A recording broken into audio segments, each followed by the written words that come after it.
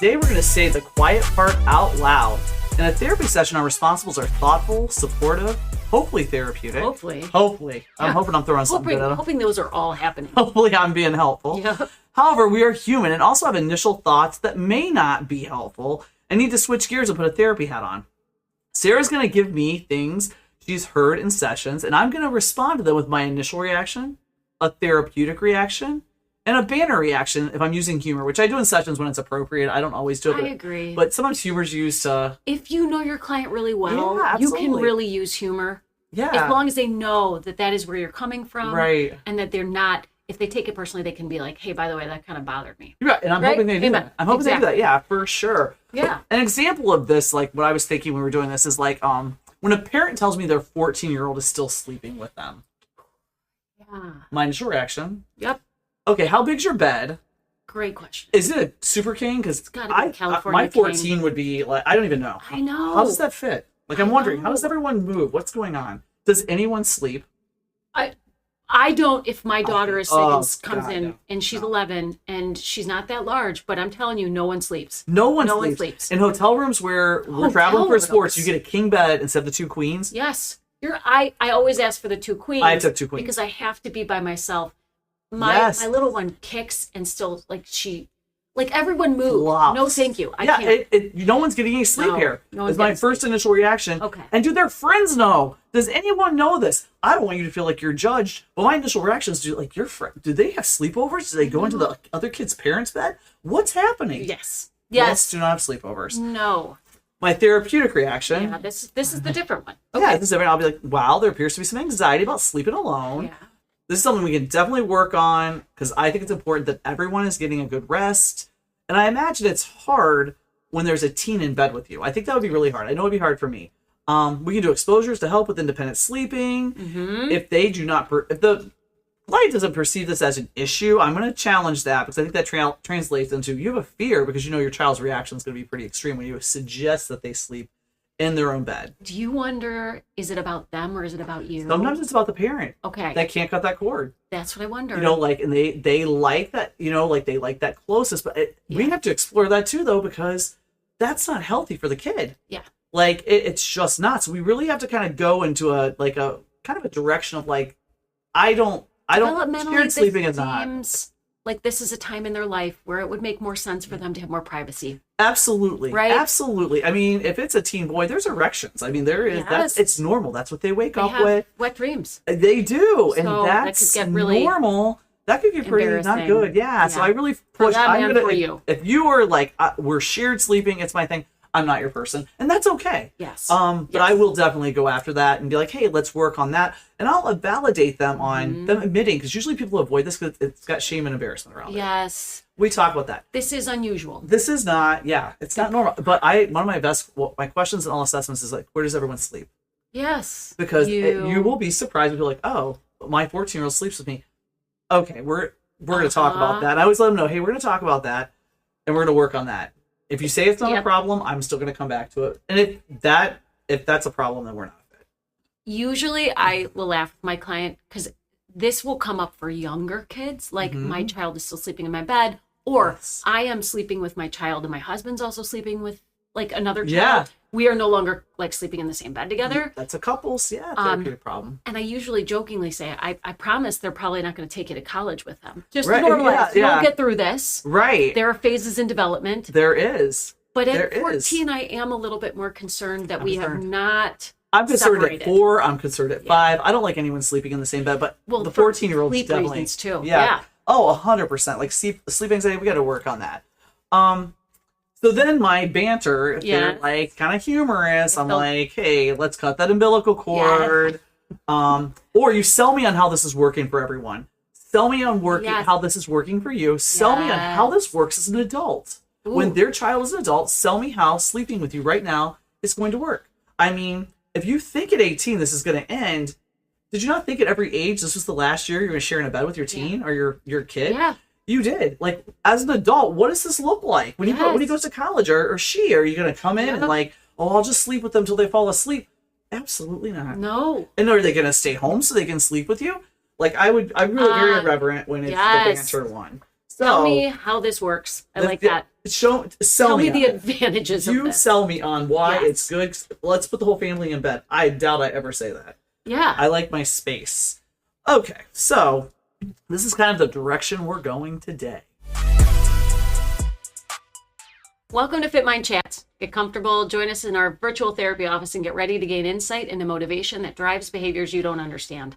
I'm Sarah Delavella, a licensed independent social worker. And I'm Abby Smedia, independently licensed clinical counselor. And we're the owners of Fit Mind Cleveland, a mental health private practice in Cleveland, Ohio, with grounded therapists that are approachable and meet you where you are at in life. A place where you can see your strengths and grow in your greatness. Okay, today I'm going to go into this session not knowing what Sarah is going to throw at me. We thought it'd be a little fun. This is fun. We were thinking it was spicy. It'd be fun. Yeah, it's going to be fun. She's going to give me stuff that comes up in therapy. I'm going to give my initial thought, my therapeutic thought, and if it's appropriate, my humorous banter response that I may use in therapy. I have no idea what I might not even know what to say. I know. There are no judgments and the initial reaction is more if they were friends, not Yes. in a therapeutic office. Is probably how I would respond if a friend came at me this way. The therapeutic is how I'd probably respond in my office. Yep. And the banner is where I might respond that way in my office as well. And remember, there are probably reactions we have in therapy where we are thinking and we're maybe processing our own reaction to it. Right. And we have to be aware that we all come into our therapy sessions with our own bias. Right. So we are aware of that. And we try 100%. not to bring our own bias into the therapy session. And most therapists are aware of that and try to do the exact same thing. And that's why supervision and consultation Amen. comes into play. When I have a certain reaction, I know, I'm going to talk to Sarah about this. I'm going to talk to Simone about this. Yep. I'm having some kind of weird Something's going on reaction. for Yeah, me. like my initial response was maybe anger, or my Yes. initial response was disgust. That's not okay. Nope. So, why did I have that? Yes. And it's not about the client sitting there, it's about myself. You got it. And we don't always know the answer. Yeah, that's what I'm famous for being like, you know what, I'm going to look into that and get back Amen. to you. And I will admit, I don't have an answer. Yes. Well, so I'm going to throw things to you. Okay, Are I'm you excited, ready? yes. All right. So this is a true story. Okay. Okay. My last therapist and I engaged in a sexual relationship. So your knee-jerk reaction. My knee-jerk reaction is, wow, that's really inappropriate. And I get kind of a little slight anxiety. I'm not going to, when you threw it out there, I was like, oh, I have a little bit of anxiety about that. It's an abuse of the It's role. an abuse of the role. And how am I going to make this a safe place? So you're starting to think Therapeutically. therapeutically. With this, my initial response would never make fun of that or be No. like, oh, you're disgusting. It would never. No. My initial response is like, I'm really sorry that happened. Yes. That's bad. But also, there's also a fear in me that's like, are you going to say something like that about myself? So there isn't even a worry of, because we don't know Right. what What truth happened? or not. We don't know this We don't know scenario. the scenario, yeah. And we're never going to prove. Absolutely yes or not. no. Unless the person was reported to the board. I can go In to this the case, board they were. and look. Oh, so I could go to the board and Yeah. I would do this. I would go to the board and I would look and see that, find that name, Yes. and I would check that out to make sure that that's consistent, because some people's mental health disorders Yes. could lead to them saying something of that nature when it's Yes, not true. When that's actually not true. Right. So initial reaction is that too. Is a Yeah. little, so it's the Little one thing, fear. it's I'm sorry, that if that happened to you, that is an abuse of power, that is wrong. It's Right. inappropriate, that person needs to be reported. Right. The other side of this is we've also experienced where therapists have been reported for Right. something that was not true. Absolutely. And so as a therapist, you're immediately like, I'm a They're little not going to anxious. know that I'm feeling that way. They're not I gonna would know not that. want anyone to. I wouldn't want to make anyone feel weird, like they couldn't tell Yeah. me that. But my initial reaction would be a little fearful as Yes. well, to be like, I'm going to look into this and see Yeah, what the truth is here. And maybe they didn't report them, and I can't find the truth. that's true. As we go through therapy, that's what we probably learn.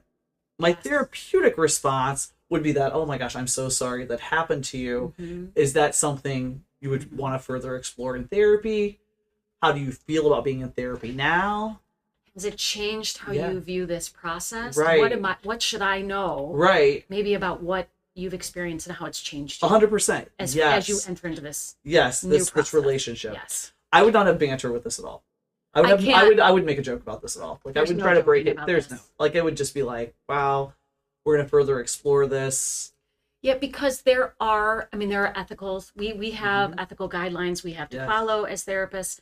And not engaging in a dual relationship is one. Having a sexual relationship is a dual relationship. 100%. It also abuses your power. It's probably the most taboo of all of them. It absolutely is. It's the biggest one out of all of them. Yes. And this happens more than I think we think it does. And we typically report to the board. Absolutely. And they will do the investigation. 100%. And I, like, with this person, the documentation is going to be so spot on that everything that's said about it will be in a note. Yes. So I know in that session, I'm going to think, usually everything is in a note because I'm pretty good at documenting. But, like, for this one, I would be extra careful, I would probably read it after the session was done to make sure I hit everything we talked about. Because then you'd have to process probably on your own. Right. How do I make sure, like, my own fear doesn't get in the way of the work I might need to do? 100%, yeah, absolutely. And, like, how do I balance that? Right. What if this person, and I mean, some trauma leads for that person to try to recreate the situation to master it. And what if that's a situation we're looking at? And, like, you know, I would be thinking, like, how am I going to confront that? Compulsive repetition theory. Yeah. Reenact the original trauma. Absolutely. You'd be on the lookout for, there's a possibility that she could reenact only in a position of power. Right. Or he. Right, yeah, absolutely. He or she. Absolutely. Right. And going back in and, like, you know, confronting that and being prepared, I might even talk about that. Yes. And be like, this is something. Bring that up. Yeah, I want that out there. Yes. To be like, look, this is where this is where we might happen. This is where we're going to go. And if I feel at any point in time that this relationship is getting more than therapeutic or you're trying to take that angle, I'm going to say something. And we can normalize for a lot of people, they can have feelings for therapists because you tell them such vulnerable things. Yes, absolutely. That boundaries sometimes blur. And that is on the therapist to address that with you. For sure. To make sure that we understand that there's that is normal, but that there's a very strict boundary. Very big that I am your therapist, and this is what a therapeutic alliance looks like. 100%. And I think, and especially if someone's getting flirtatious with you, absolutely, that you have to kind of maintain that boundary. That this is not, I am not a person on the street. We're not in an informal relationship.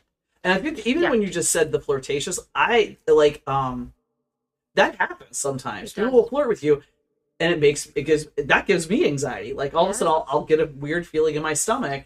Yes, you know. And trust me, as a therapist, like bringing that up is uncomfortable. It's so uncomfortable. But like, hey, that felt a little flirtatious. Oh my God. The first time I had to say that in a therapy session, I was so young. I was so uncomfortable. I had to role play that with my supervisor, I think at least 5 to 6 times. And they did it with me too. They were like, all right, now I'm going to be you. You're going to be your client. Because I was like, I don't want to do this. It's too uncomfortable. Right? Oh, it's so hard. Oh. Even at this age, like I've been doing this 25 years. I mean, still, when it happens, it's rare.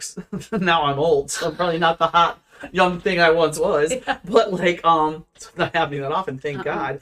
But like the anxiety that it brings produces up, in a therapist. that's like normal for us too. Like when that happens, like I mean, that anxiety, like, oh man, I'm gonna have to bring this up and be like, hey, that felt a little flirtatious. Yes. Like, are you intending it to be that way? Yeah, it was how it's supposed to come feelings. Then they get all awkward. Then it. Yep. Unless they're a narcissist and they get all like, hey, babe, and you better back it up, friend. Sorry. Then I might use some banter. Then you might use some. You want to back your truck up, sir? Yes.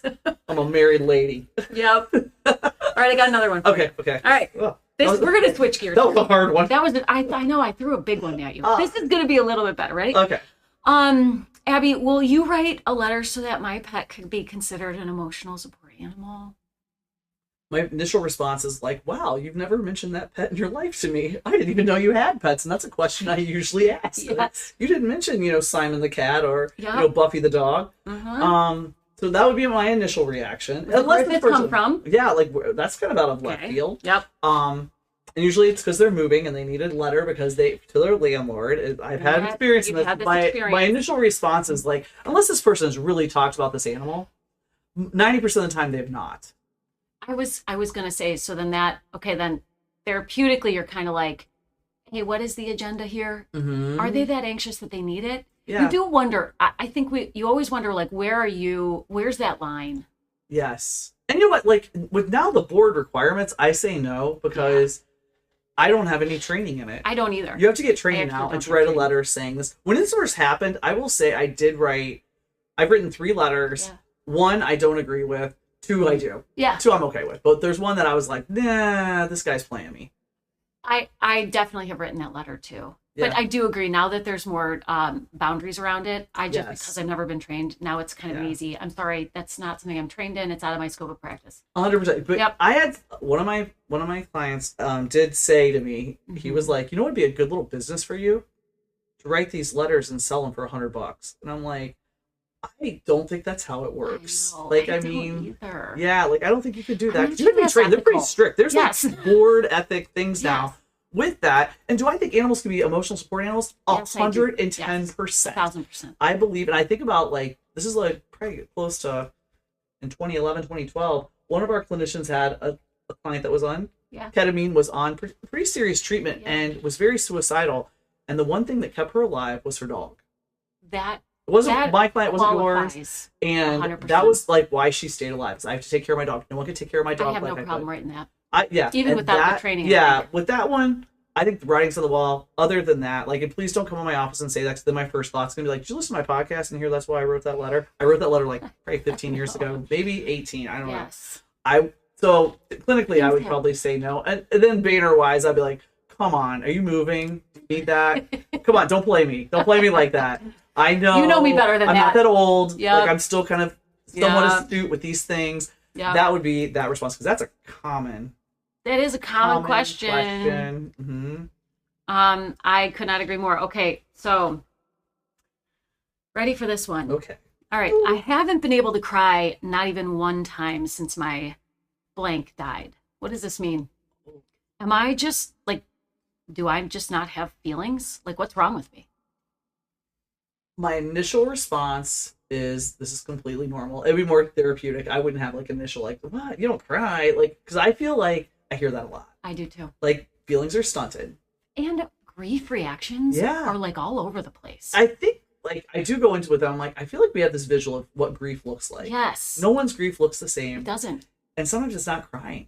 And sometimes they're still in a state of shock and denial. And this So- can last for years. I mean, it- I have someone that's going on 2.5 years, and she has not cried yet. She has Yeah. moments of tears, Yes. but it's stunted. I'm not letting go. If I let go, it's gonna be floodgates open.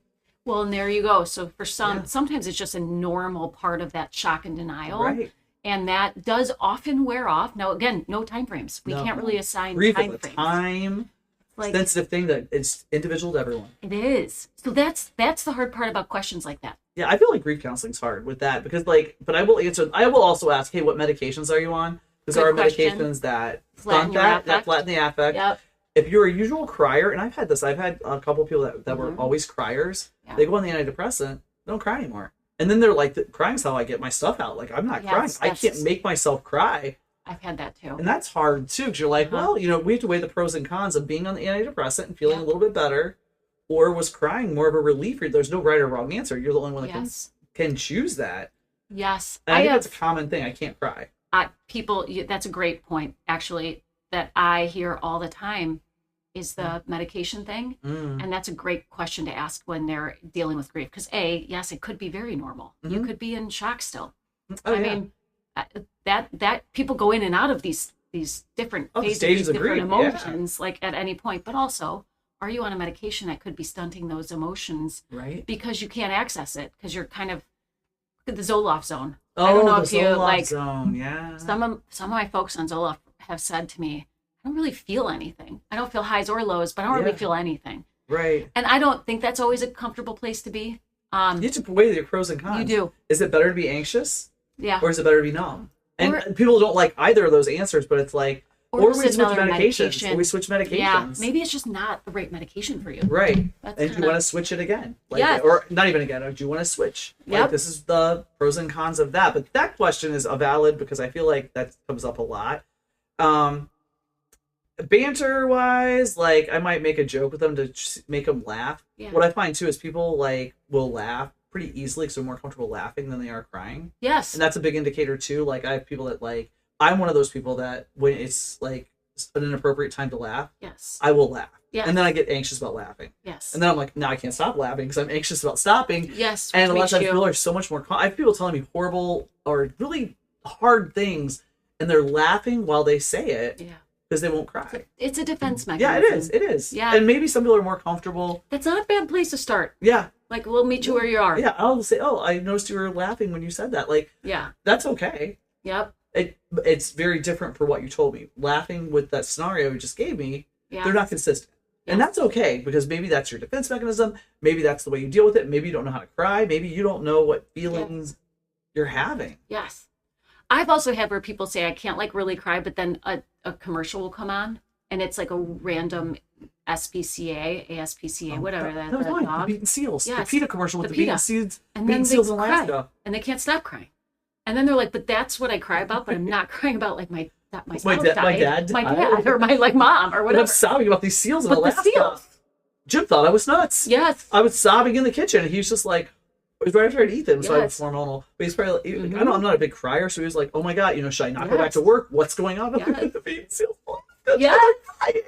They're dying by the hundreds every day, and just sobbing, and it was hormonal, but I'm like, it's such a weird feeling. It is. And it's just like a lot more things are normal than we think that they are. Right. We And it's like like I'm crying about something else, but like, yes. Sometimes we like let it out in a certain place because Right. we're not able to do it with the other. right. Yeah. 100%. So that's kind of where I would go. All Maybe I right. might do the banter with the seals. I might tell that story. Like, hey, That's a good story to tell. I sobbed in the middle of my kitchen. I'm not a crier. I think most people look at me and like, when I talk to them, you're not a crier. Yeah. This baby seals, if I see that commercial this day, I get all choked up. Uh-huh. Or the Hurricane Katrina with the animals that lost their homes. Oh, I was a no. mess with those things. Yes. It's Yes. fine. Like Pampers commercials used to make me cry. They weren't sad. They Just were a not baby. sad. Cute They're baby. just cute babies toddling around. I'd be like, this is so cute. And I'd be like sobbing. Yeah. Yeah. 100%. I was in an in-home therapy session, Uh-huh. and that SPCA Yes. animal, like Sarah McLaughlin's Sarah Arms of an McLaughlin. Angel was playing. Kills you every time. All these dogs need and their homes. cute little faces. They're Oh. the senior dogs, like senior that makes me dogs. cry. I I'm in know. this doing a mental health assessment. I look nuts because Mhm. I'm like tears, right? And the woman's like, "No, you said nothing." Man, it's this commercial. It's the commercial. It gets me Yep. every time. I Yep. love animals. I project Yep. all my feelings for all my dead people in my life onto my animals. Yep. Yes. It's Absolutely. a me thing. That's a me For thing. sure. All right. Got another one for you. Woo. How do you sit there so calmly when the world is going to hell around us? That was said to me in a therapy session.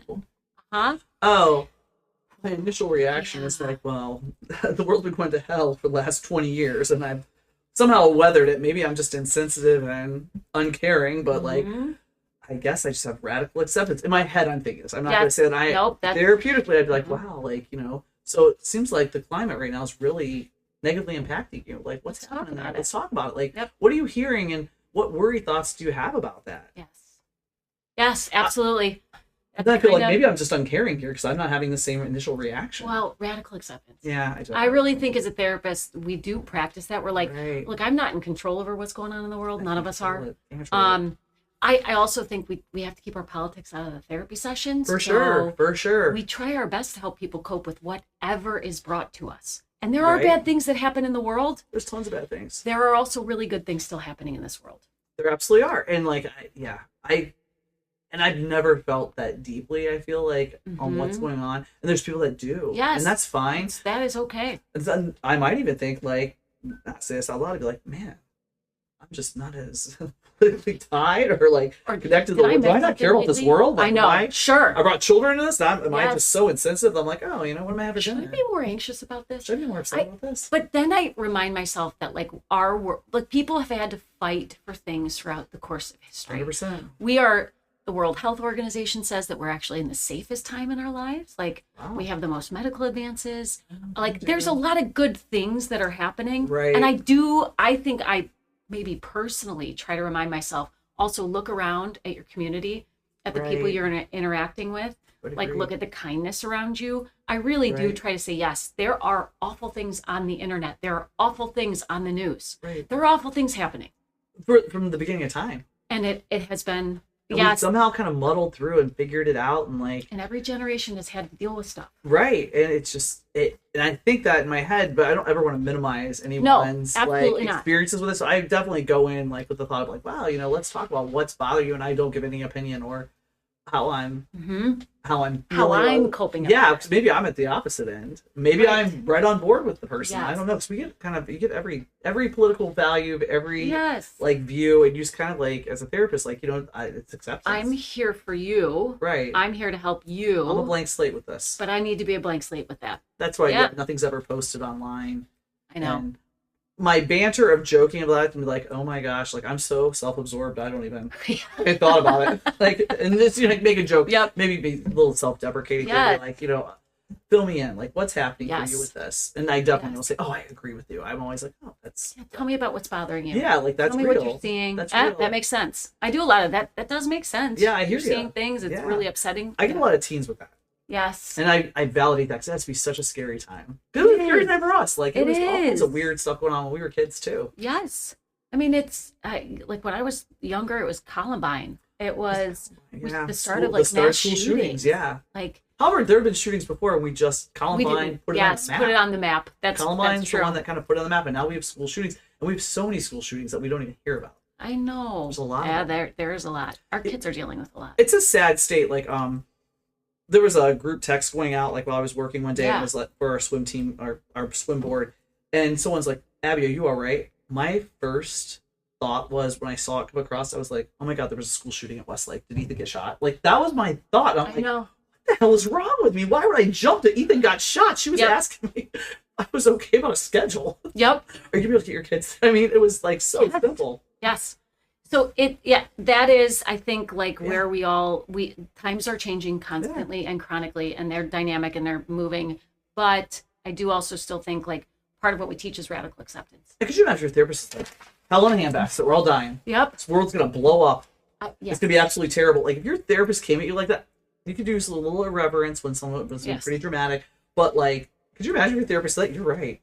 Yeah. It's a shithole. What are we gonna do?" Yeah, I didn't even get to some of the really funny ones. Can I do? We're at like 26 minutes. Yeah, 27. We got to wrap up here. But my last one was going to be, I vomit after every time I have sex. Is this normal? In my head, I'd be like, "What's your husband or wife look like?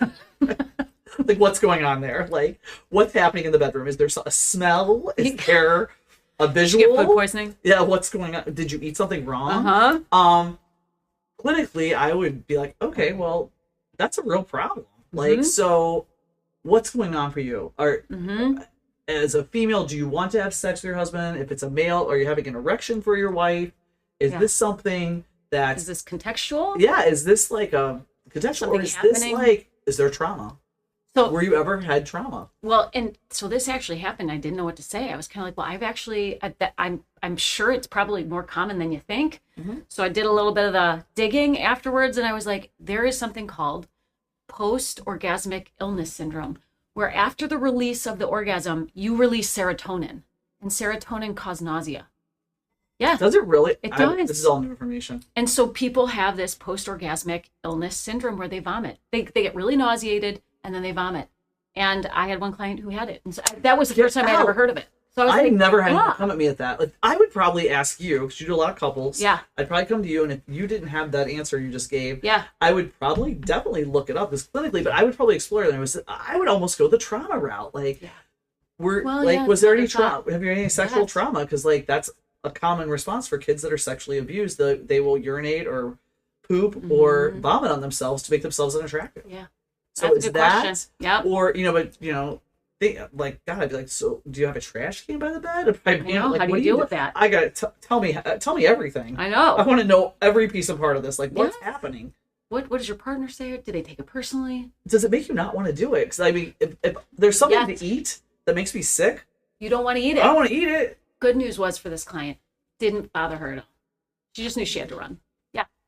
All right, guys. Thank you so much for tuning in to today's episode of Fit Mind Chats. That was really fun. Abby, you did great. Thanks. I threw some stuff at you. Yeah, it's good stuff. We'll see you next Monday for another session. If you have any questions or you want topics covered, follow us on Facebook and with Fit Mind Cleveland. Wow. And message or message us. That is, you know what I mean. If you don't, just listen to the last half of any of our other podcasts. It's out there. It's out there. The last time we cut off for some reason. We don't know what happened. Yeah. If you please leave us a rating or review, share our podcast with family, friends, enemies, or anyone that needs it. We want to bring mental health access to all people that can benefit. Thanks for listening. Thanks.